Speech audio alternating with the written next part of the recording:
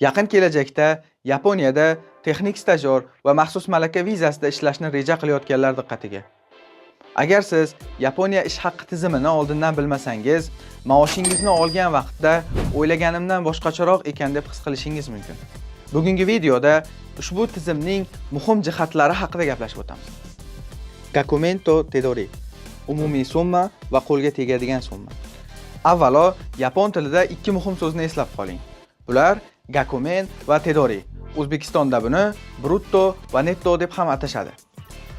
Gakumen bu soliq va ushlanmalardan oldingi summa bo'lsa, tedori esa soliq va yig'imlardan keyin qo'lga tegadigan summa hisoblanadi. Shartnomada yozilgan oyiga 180 ming yoki 200 ming yena kabi summalar bu gakumen, ya'ni oylikning soliq va ushlanmalar olinmasdan oldingi umumiy summasi.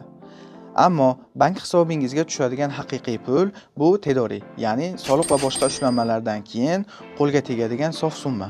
Yaponiyada gakumen pulning hammasini olasiz degani emas. Qonunga ko'ra, soliq va ijtimoiy sug'urta pullari albatta ushlab qolinadi. Nimalar ushlab qolinadi? Ish haqidan asosan soliqlar va ijtimoiy sug'urtalar ushlab qolinadi. Ijtimoiy sug'urtalar deyilganda kelajakda olinadigan pensiya va kasalxonada arzon davolanish uchun tibbiy sug'urtalar tushuniladi. Bu qoidalar yaponlar va chet elliklar uchun bir xil. Pul aslida qanchaga kamayadi? Endi oylik maosh aslida taxminan qanchaga kamayishini bitta misol orqali ko'rib chiqamiz. Masalan, oylik ish haqi, ya'ni gakumen 200 ming yena bo'lsa, birinchi yilda daromad solig'i, pensiya va tibbiy sug'urta uchun ushlab qolinadi. Ko'p hollarda bu taxminan 30 ming, 40 ming yenagacha deb hisoblasak, natijada qo'lga tushadigan pul, ya'ni tedori 160 ming, 170 ming yena atrofida bo'ladi. Ikkinchi yildan boshlab bunga mahalliy soliq, ya'ni juminzei qo'shiladi. Natijada ushlab qolinadigan pul 40 ming, 50 ming yenagacha bo'lishi mumkin. Qo'lga tushadigan pul esa 150 ming, 160 ming yena atrofida bo'ladi. Bu faqatgina misol. Belgilangan ish vaqtidan tashqari ishlash qoidalari haqida. Odatda Yaponiyada ish vaqti bir kunda 8 soat, haftasiga 40 soat hisoblanadi. Undan ortiq ishlagan har bir soat uchun kamida 25% ustama to'lanadi. Ammo qo'shimcha ish, ya'ni zangyo, bor yo'qligi, miqdori, ish turi va mavsumga qarab farq qiladi. Siz ishlayotgan kompaniyaning holatiga qarab zangyo ko'p yoki kam, ba'zida umuman bo'lmaydigan holatlar ham uchraydi. Tungi smena yoki dam olish kuni ishlasangiz, yanada ko'proq ustama to'lanadi. Oldindan ish beruvchidan qo'shimcha, ya'ni zangyo bo'lishi yoki bo'lmasligini aniqlab oling. Aslida qoladigan pul qancha? Endi aslida qo'lda qoladigan pul qanchaligi haqida gaplashamiz. Bankka tushgan pulning hammasini o'z xohishingizcha ishlata olmaysiz.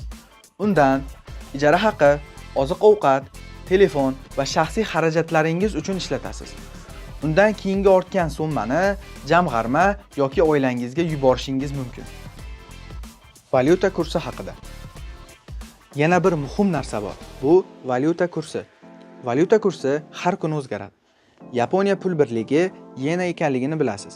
Agar oilaga har oy falon dollar yuboraman deb va'da bersangiz, yena arzonlashganida o'zingiz qiynalib qolishingiz mumkin. Shuning uchun dollar bilan emas, yena bilan qancha pul qolishini hisoblab qaror qiling. Oylikdan tashqari nafaqalar haqida. Yo'l haqi bilan birga karyerangizni rivojlantirish va ishga bo'lgan ishtiyoqingizni ko'tarish uchun nafaqa joriy qilgan kompaniyalar ham bor. Masalan, JLPT N2 yoki N1 darajasidan o'tsangiz yoki ishda muvaffaqiyatga erishgan bo'lsangiz, rag'batlantiruvchi to'lovlar ham bo'ladi. Oylikdan tashqari rag'batlantiruvchi to'lovlar miqdori kompaniyaga qarab farq qiladi. Shuning uchun Yaponiyaga kelishdan yoki shartnoma tuzishdan avval albatta tekshirib oling. Faqat ish haqining shartnomadagi summasiga emas, qo'shimcha to'lovlar bilan birga barcha shartlarga e'tibor bering. Ish haqi varaqasi va dalillar. Qo'lga tegadigan summa, qo'shimcha ish va ushlanmalar sababli har oy o'zgaradi. Shuning uchun har oy ish haqi varaqasini olib, nimadan qancha pul ushlanganligini tekshiring. Ish haqi varaqlari va shartnomalarni tashlab yubormay, albatta saqlab qo'ying. Bu muhim hujjatlar sizni himoya qiladigan asosiy dalillardir. Muammo bo'lsa, qayerga murojaat qilish kerak? Agar ish haqi berilmasa yoki hisob noto'g'ri bo'lsa, yolg'iz o'zingiz qiynalmang. Avval yuboruvchi tashkilot, nazorat qiluvchi yoki yordamchi tashkilot ichida ishonchli odam bo'lsa, unga murojaat qiling. Agar ishonchli odam bo'lmasa yoki muammoingiz hal bo'lmasa, tashqi maslahat markazlariga murojaat qiling. Texnik stajyorlar, OTITga, maxsus malaka bilan ishlayotganlar GP Mirai yoki Freskga murojaat qilishingiz mumkin.